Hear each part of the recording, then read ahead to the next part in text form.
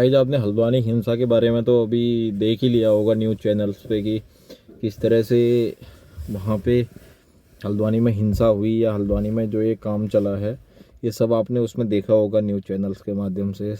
सब जगह पे एक शांत सा एरिया है यार हल्द्वानी। आपको मैं बताऊं हल्द्वानी के बारे में, नैनीताल ज़िले में हल्द्वानी आता है, ठीक है।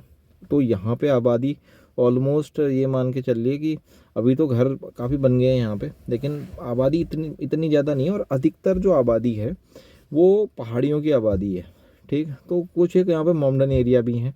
जैसे उन्हीं माउंटेन एरियाज़ को लेके एक एरिया यहाँ पे आता है बनभूलपुरा। बनभूलपुरा जो एरिया आता है, अगर रोडवेज स्टेशन के पास में आपने देखा होगा, तो वहाँ से जो अपना रोडवेज से क्या लगा हुआ है, कालू साई मंदिर के अंदर से जब आप सीधे सीधे जाते हैं मार्केट की तरफ को, जो मेन मार्केट एरिया है, उसके बाद में एक थाना आता है, जिसके बाद में क्रॉसिंग आती है, रेलवे क्रॉसिंग, जिससे आप गोला की तरफ को जाते हैं। उस एरिया को कहते हैं बनभूलपुरा। तो बनभूलपुरा में ही जो है पिछले दिनों से हुआ क्या, एक मदरसा वाला कॉन्सेप्ट था, एक मदरसा वहाँ पे था, ठीक है। तो वो किसी मलिक की भूमि बताई जा रही थी उसको, ठीक है। तो मलिक जो है उसका अगर आप पुराना चिट्ठा खोला जाए तो मलिक ने जो है यहाँ पे बहुत सारी भूमियाँ जो है बेची हुई है, ठीक है। मतलब अवैध भूमि थी वो, क्योंकि गवर्नमेंट ने ये नगर निगम जो है हल्द्वानी में अतिक्रमण हटाने का जो है काम कर रहा है इस टाइम पे। तो अतिक्रमण हटाने के जो काम कर रहा है वो, तो अब ऐसा तो है नहीं कि अतिक्रमण यार हर जगह नहीं हट रहा। जो हल्द्वानी में रहता है उसे सब पता है कि अतिक्रमण कहाँ कहाँ हट रहा है। पूरे उत्तराखंड में अतिक्रमण हट रहा है। बीच में रामनगर के जो अपना जिम कॉर्बेट था, वहाँ भी कई मज़ारें मिली, तो उनसे भी हटाने का कार्य किया गया, ठीक है। अब अगर मैं हल्द्वानी में जो रहता है उसको मैं बताऊँ, कालू सिद्ध मंदिर जो अपना है, उससे उधर को जो लाइन है उसमें सब अतिक्रमण हटा दिया। कालू सिद्ध मंदिर भी जो है, क्या पता मतलब वो भी उसमें अतिक्रमण वाले में आ रहा है। अब देखो उसको कहाँ शिफ्ट करे, उस बाजी के लिए कोई बहसबाजी नहीं हुई। लेकिन अंदर एक मस्जिद बनाई गई थी, ठीक है। मस्जिद मान के चल लो, कुछ लोग उसको मतलब ये शुक्रवार के दिन जो नमाज पढ़ते हैं उसका वो एरिया बता रहे हैं कि नमाज स्थल था वो। लेकिन अगर ये मस्जिद बोर्ड की बात करें, जो मस्जिद बोर्ड होता है उसमें उनके जो कर्मचारी वर्ग है वो कह रहा है, उनके जो अध्यक्ष है वो कह रहे हैं कि बोले ये जो मस्जिद थी ये कहीं रजिस्टर्ड नहीं थी, तो ये इलीगल हो गई, ठीक है। हाई कोर्ट ने फैसला दिया कि बोले इसको मतलब खंडित कर दिया जाए, तोड़ दिया जाए, ठीक है। इसके विरोध में यहाँ पे कुछ मुसलमान लोगों ने उस मस्जिद के लिए अप्लाई करा। मतलब वहाँ पे हाई कोर्ट में गए वो लोग। हाई कोर्ट में जाने के बाद उन्होंने अपील करी कि बोले इसके लिए स्टे लगाया जाए। तो गवर्नमेंट ने स्टे लगाने से मना कर दिया। उच्च न्यायालय अपना हाई कोर्ट जो नैनीताल है, उन्होंने मना कर दिया इस चीज़ के लिए, ठीक है। न्यायालय से बड़ा तो कुछ नहीं है, भारत एक लोकतांत्रिक देश हो गया, ठीक है जी। तो अब एक चीज़ समझिए, ठीक है, इसमें जो मना कर दिया गया उसके बाद में पुलिस वालों ने, जो पुलिस वाले गए वहाँ पे उनके साथ में नगर निगम की टीम के साथ में, वहाँ पे तोड़फोड़ शुरू हो गई। तो उसमें क्या है, विरोध प्रदर्शन इतना ज़बरदस्त था। 5 साढ़े 5 बजे जब तक दिन था तब तक वहाँ पे कोई बहुत ज़्यादा विरोध प्रदर्शन नहीं हुआ। जैसे जैसे शाम आते रही, लाइटें जो है लाइटें चालू हुई और सूरज जो है वो छिप गया, उसके बाद में वहाँ पे विरोध प्रदर्शन हुआ है, ठीक है। भारी मात्रा में वहाँ पे पथराव हुआ है। अब डीएम साहिबा श्री वंदना सिंह जी का कहना ये है इस मुद्दे पे कि बोले ये जो है ये पहले से ही सोची समझी साजिश है, जो एक तरफ से सही भी लगता है वाकया। क्योंकि अब ये समझिए आप कि जो यहाँ पे पहले कुछ दिन पहले सर्वे हुआ था तो वहाँ पे कोई भी पत्थर नहीं पाए गए थे, उसके बाद पत्थर पाए गए, तो भारी मात्रा में पुलिस बल यहाँ पे घायल हो गया। ये सब जो वाकया है ये न्यूज़ वाले बता रहे हैं यहाँ पे, ठीक है। तो काफ़ी पुलिस वाले घायल हुए हैं, एक्चुअल में जान बचा के भागना पड़ा है पुलिस वालों को, ठीक है। और इस दौरान फिर यहाँ के मुख्यमंत्री श्री पुष्कर सिंह धामी जी ने जो है अटैक करने के लिए, मतलब शूट एंड साइट, मतलब गोली चला दो। जो आतंकवादी क्या मानेंगे, मतलब जो ये सब कुछ कर रहे हैं, जो आपको मतलब इसमें लग रहा है अपराधी, उस पर गोली मारो, शूट एंड साइट वाला चल रहा है। इस चक्कर में 2 दिन इंटरनेट हल्द्वानी में बंद रहा, ठीक है।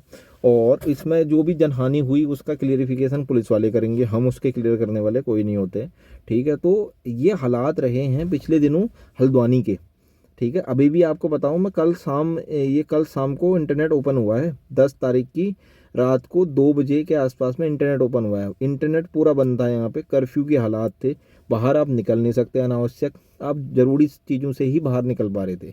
अभी कर्फ्यू में थोड़ा ढील दे दी है। एसएसपी महोदय श्री प्रहलाद मीणा जी ने ये बात कही है कि ये अपना जो है यहाँ पे थोड़ा ढील दे दी गई है और वनभूलपुरा के अंदर पे कर्फ्यू लागू है। अब सोचने वाली ये बात है कि आखिर मतलब इतनी विरोधाभास क्यों, इतना मतलब इतना कार्यक्रम किस लिए।